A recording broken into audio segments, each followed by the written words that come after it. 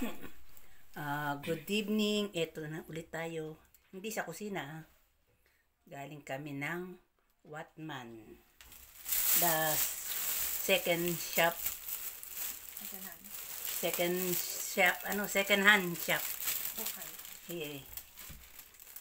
Siyempre sa Japan. Pero sa Pilipinas, UK.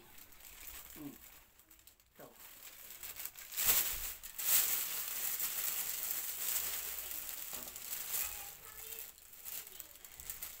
kulay blue. Yes. Ganda. Pero hindi sa akin to. Kulay blue means 200 yen. Sa Pilipinas, 74 pesos. Bago. Parang midi. And then, kulay blue ulit. Ito sa akin to.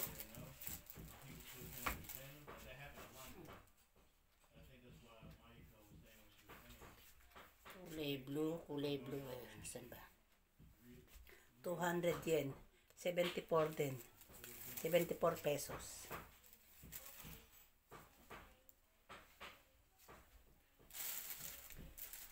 Ito. Dress. Kulay black. 200 yen din to.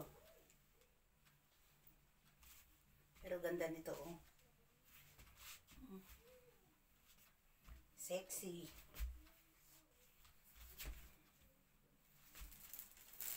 Yun, 74 pesos, oh.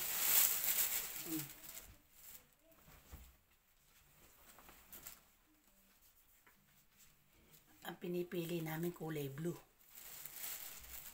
70. Kulay blue ulit. 200 yen. Pang office. 74 pesos din to.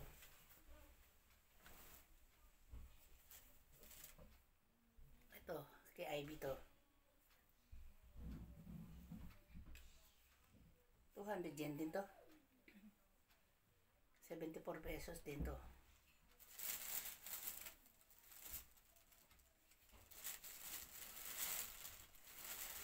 Ito, hindi to. 680 yen. Okay, dito. 750 yen. 278.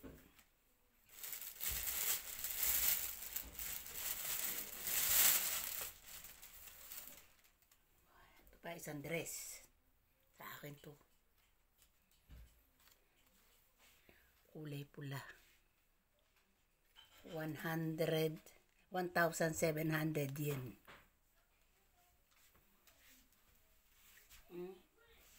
Dress, 1,700 yen. 630 pesos. Ganda to, oh.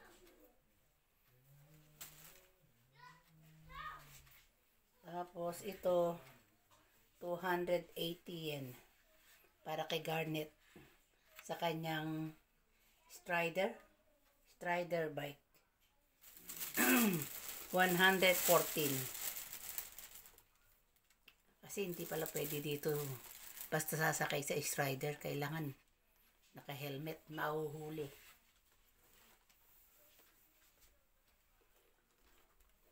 And eto naman ang huli. Para kay Eddie. 2,400 yen.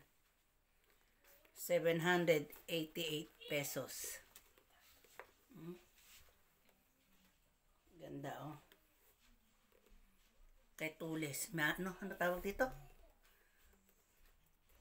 Ganyan, yung ganyan. Tutulis na ganyan. Magic weapon.